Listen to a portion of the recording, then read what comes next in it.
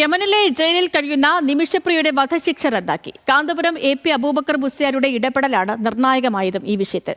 Jail മോചനവുമായി ബന്ധപ്പെട്ട ചർച്ചകൾ പക്ഷേ തുടരും. അതേസമയം ദിയാധനം സ്വീകരിക്കാൻ കൊല്ലപ്പെട്ട യമൻ പൗരന്റെ കുടുംബം തയ്യാറായെന്ന് കേന്ദ്രവൃത്തങ്ങളും അറിയിച്ചിട്ടുണ്ട്. ന്യൂസ് മലയാളത്തോടൊപ്പം യമനിലെ ഈ ചർച്ചകൾക്കൊക്കെ നേതൃത്വം നൽകുന്ന ഷെയ്ഖ് ഹബീബ് ഉമറിന്റെ ശിഷ്യനായ ജവാദ് മുസ്തഫി ചേരുന്നുണ്ട്. ശ്രീ ജവാദ്, നമസ്കാരം, ഗുഡ് മോർണിംഗ്. ഹലോ മലയാളത്തിലേക്ക് സ്വാഗതം. Good morning. കേൾക്കാമോ? അങ്ങക്ക് എന്നെ കേൾക്കാമല്ലോ അല്ലേ? കേൾക്കാം. ശരി. ശ്രീ ജവാദി പറഞ്ഞതുപോലെ മലയാളികൾ ഒന്നടങ്കം മനുഷ്യസ്നേഹികളായ എല്ലാ മനുഷ്യരും ആഗ്രഹിച്ചിരുന്ന അല്ലെങ്കിൽ വരുമെന്ന് പ്രതീക്ഷിച്ചിരുന്ന ഒരു വാർത്തയാണ് ഇന്നലെ വൈകി ഉണ്ടായത്. നിമിഷപ്രിയയുടെ വധശിക്ഷ റദ്ദാക്കിയ തീരുമാനം. നിലവിലെ ചർച്ചകൾ എങ്ങനെയാണ് പുരോഗമിക്കുന്നത്? കഴിഞ്ഞ ജൂലൈ 14-ാം തീയതിയാണ് കാന്തപുരം ഉസ്താദിൻ്റെ ഇടപെടലിലൂടെ ഈ വിഷയത്തിൽ വധശിക്ഷ താൽക്കാലികമായി മരവിപ്പിച്ചുകൊണ്ടുള്ള ഒരു ഉത്തരവ് ഉണ്ടാവുന്നത്. അത് സാങ്കേതിക കാരണങ്ങളാൽ അന്ന് പുറത്തു വിട്ടില്ല. 15-നാണ് ഉസ്താദ് മാധ്യമങ്ങൾക്കുൾപ്പെടെ ഔട്ട് ചെയ്യുന്നത്. പക്ഷെ അതിനുശേഷവും തുടർച്ചയായ ചർച്ചകൾ യമനിൽ നടന്നുകൊണ്ടിരിക്കുകയായിരുന്നു. ഉസ്താദിൻ്റെ അഭ്യർത്ഥനയെ തുടർന്ന് അവിടെ നിന്ന് ഇടപെടുന്ന സൂഫി പണ്ഡിതന്മാരുടെ നേതൃത്വത്തിൽ കുടുംബവുമായും ഭരണകൂടവുമായും ഒക്കെ സജീവമായ ചർച്ചകൾ തുടർന്നുകൊണ്ടിരിക്കുകയായിരുന്നു.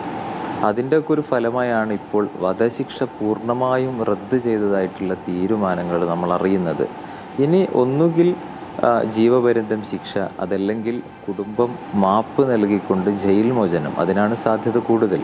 ഈ രണ്ട് തീരുമാനങ്ങളല്ലാതെ വധശിക്ഷ എന്നൊരു തീരുമാനം ഇനി ഉണ്ടാവില്ല എന്ന് ഉറപ്പായിരിക്കുകയാണ്.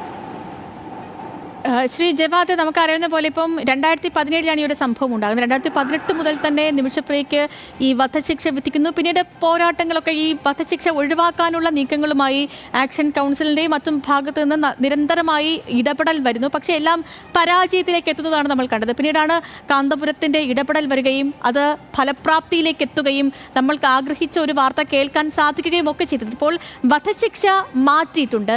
ഇനിയുള്ള നടപടികൾ, ഇനിയുള്ള നിയമ പോരാട്ടങ്ങൾ, നിയമ നടപടികളൊക്കെ എങ്ങനെയായിരിക്കും?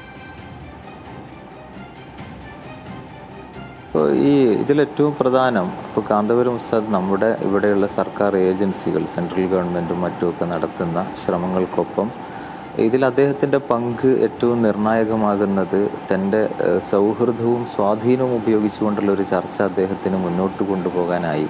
ഇതിലേറ്റവും നിർണായകമായൊരു തീരുമാനമെടുക്കേണ്ടത് കുടുംബമാണ്. അവരുമായിട്ടുള്ള ചർച്ചകൾ ആരംഭിക്കാനും അദ്ദേഹത്തിന് കഴിഞ്ഞു എന്നുള്ളതാണ് ഉസ്താദിൻ്റെ പങ്കിൽ ഏറ്റവും പ്രധാനപ്പെട്ടത്.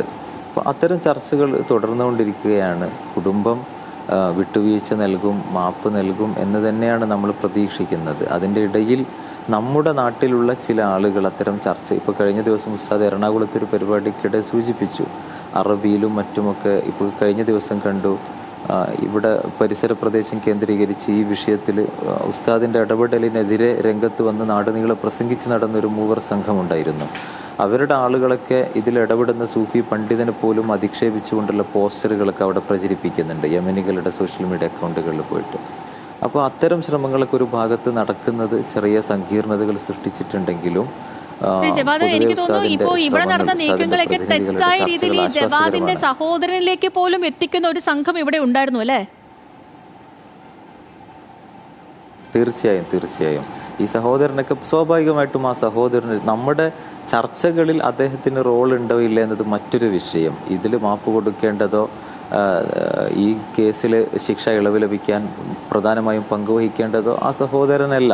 പക്ഷെ എങ്കിലും ആ സഹോദരൻ ആ കുടുംബത്തിലൊരു പ്രധാന കക്ഷിയാണ്. അദ്ദേഹം ഇതിൽ വേദനിക്കുന്ന, അദ്ദേഹത്തിൻ്റെ വൈകാരികാവസ്ഥ നമ്മളെ സംബന്ധിച്ചിടത്തോളം മാനുഷികമായി പ്രധാനമാണ്. അവരെ വേദനിപ്പിക്കുന്ന, പ്രകോപിപ്പിക്കുന്ന സമീപനങ്ങളൊക്കെ നമ്മുടെ നാട്ടിലെ പലരിൽ നിന്നുണ്ടായിട്ടുണ്ട്. ശ്രീ ജവാദ്, ഇപ്പോൾ ഈ ഇസ്ലാമിലെ ഈ ശരിയ നിയമപ്രകാരം കൊല്ലപ്പെട്ട ഒരാളുടെ കുടുംബത്തിൽ നിന്ന് ഈ മാപ്പ് നൽകാനുള്ള അധികാരം ആർക്കാണുള്ളത്? അതായത് ഈ തലാലിന്റെ കുടുംബം നിമിഷപ്രിയയ്ക്ക് മാപ്പ് നൽകണമെങ്കിൽ ആരാണ് നൽകേണ്ടത്? തലാലിൻ്റെ രക്ഷിതാക്കള്, തലാലിൻ്റെ മക്കൾ, ഇങ്ങനെ വലിയ യുദ്ധം എന്ന് പറയും. അപ്പോൾ നമ്മൾ അത് ആരാണ് ആരല്ല എന്ന ചർച്ചകളിലേക്ക് പോകുമ്പോൾ ഇവിടെ എന്ത് സംഭവിക്കും എന്ന് വെച്ചാൽ, ഇതും ചില ആളുകളെ നിസാരപ്പെടുത്താനും മറ്റും വേണ്ടി ട്രാൻസ്ലേഷൻ ചെയ്ത് ഉപയോഗിച്ച് ആ കുടുംബത്തിൽ ഛിദ്രത ഉണ്ടാക്കാനും പ്രകോപനം ഉണ്ടാക്കാനൊക്കെ ചില ആളുകൾ ഉപയോഗിക്കും. അതുകൊണ്ട് ഒരു കാര്യം ഞാൻ തീർത്തു പറയുന്നു, ആ കുടുംബത്തിൽ ആരിൽ നിന്നാണോ മാപ്പ് ലഭിക്കേണ്ടത് അവരുമായുള്ള ചർച്ചകൾ വളരെ ആശ്വാസകരമായ രൂപത്തിൽ തന്നെ പുരോഗമിക്കുന്നുണ്ട്. ഈ ദിയാധനവുമായി ബന്ധപ്പെട്ടുള്ള ചർച്ചകൾ എങ്ങനെയാണ് ശ്രീ ജവാദ് മുന്നോട്ട് പോകുന്നത്? ഇവർ ഈ തുക നമ്മൾ കൊടുക്കാൻ അവരെന്തെങ്കിലും തുക ആവശ്യപ്പെട്ടിട്ടുണ്ടോ, അതോ നമ്മൾ പറയുന്ന ഒരു തുകയിലേക്ക് അവർ എത്തുകയായിരുന്നോ? അത് ഈ ദിയാധനവുമായിട്ട് ബന്ധപ്പെട്ട് എങ്ങനെയാണ് ചർച്ചകൾ? ഇതിൽ ഈ വധശിക്ഷ താൽക്കാലികമായി മരവിപ്പിച്ച ഉടനെയുള്ള ചർച്ചകളിൽ നമ്മൾ പറഞ്ഞ ധ്യാതനത്തിലേക്ക് ആ കുടുംബം എത്തുന്നൊരു സാഹചര്യം ഉണ്ടായിരുന്നു. അപ്പം അതിൻ്റെ ഇടയിലാണ് മറ്റ് ചില ആളുകളുടെ ഇടപെടൽ സംഭവിക്കുന്നു. ആ കുടുംബത്തോട് അവർ പറയുന്നതിനേക്കാൾ ഇത്ര ഇരട്ടി നമ്മൾ നൽകാം, നിങ്ങൾ അവരെ ചർച്ചയിൽ നിന്ന് മാറ്റി നിർത്തി ഞങ്ങൾ ത്രൂ ഈ ഓപ്പറേഷൻ പൂർത്തിയാക്കണമെന്നൊക്കെ ആവശ്യപ്പെടുന്ന സാഹചര്യം ഉണ്ടാകുന്നു. സ്വാഭാവികമായിട്ടും അത്തരം വലിയൊരു സാമ്പത്തിക ഓഫറുകളൊക്കെ ലഭിക്കുമുണ്ടാകുന്ന ചില സങ്കീർണതകൾ ഉണ്ടാകും. അപ്പം ഞാൻ പറയുന്നത് ഒരുപക്ഷെ ഉസ്താദിൻ്റെ നിലപാട് അതായിരിക്കാം, ആ കുടുംബത്തെ മാപ്പിന് സന്നദ്ധരാക്കുക. അതിനുശേഷം ഈ ദിയാദനവുമായി ബന്ധപ്പെട്ട വിഷയത്തിൽ ഏറ്റെടുക്കുന്നതും അതിൻ്റെ ക്രെഡിറ്റ് എടുക്കുന്നതൊക്കെ ആരെങ്കിലും ആവട്ടെ, ആ കുടുംബത്തിൽ ഉസ്താദിൻ്റെ സ്വാധീനം ഉപയോഗം, സൗഹൃദം, ബന്ധങ്ങൾ ഉപയോഗിച്ചുകൊണ്ട് കുടുംബത്തെ അതിന് സന്നദ്ധമാക്കുക എന്നുള്ള ഏറ്റവും പ്രധാനപ്പെട്ട കർത്തവ്യം ഉസ്താദ് നിർവഹിച്ചു കഴിഞ്ഞു. അതതിൻ്റെ അന്തിമഘട്ടത്തിലാണ്. ശ്രീ ജവാദ്, ഞാനൊരു ഇൻഫർമേഷന് വേണ്ടി ഒരു കാര്യം ചോദിക്കുകയാണ്. ഇപ്പം ഈ ശരിയ പീനൽ കോഡ് പ്രകാരം ഇസ്ലാമിക രാഷ്ട്രത്തിൽ ഒരു പൗരൻ കൊല്ലപ്പെട്ട് കഴിഞ്ഞാൽ പിന്നെ എങ്ങനെയായിരിക്കും അതിൻ്റെ നടപടികളൊക്കെ മുന്നോട്ട് പോവുക? ഇസ്ലാമിക രാഷ്ട്രത്തിലൊരു പൗരൻ കൊല്ലപ്പെട്ട് കഴിഞ്ഞാൽ അവർക്ക് കിസാസ് എന്ന് പറയും. ആ കൊല്ലപ്പെട്ടതിൻ്റെ ഏത് തരത്തിലുള്ള കൊലയാണ് എന്നതിനൊക്കെ അനുസരിച്ചിട്ടാണ് മറ്റ് നടപടികൾ വരിക. അപ്പോൾ ഇതിൽ പ്രതിക്കൊല എന്ന് പറയുന്ന ഒരു ശിക്ഷയാണ് അതിൻ്റെ പരമമായ ശിക്ഷ എന്ന് പറയുന്നത്.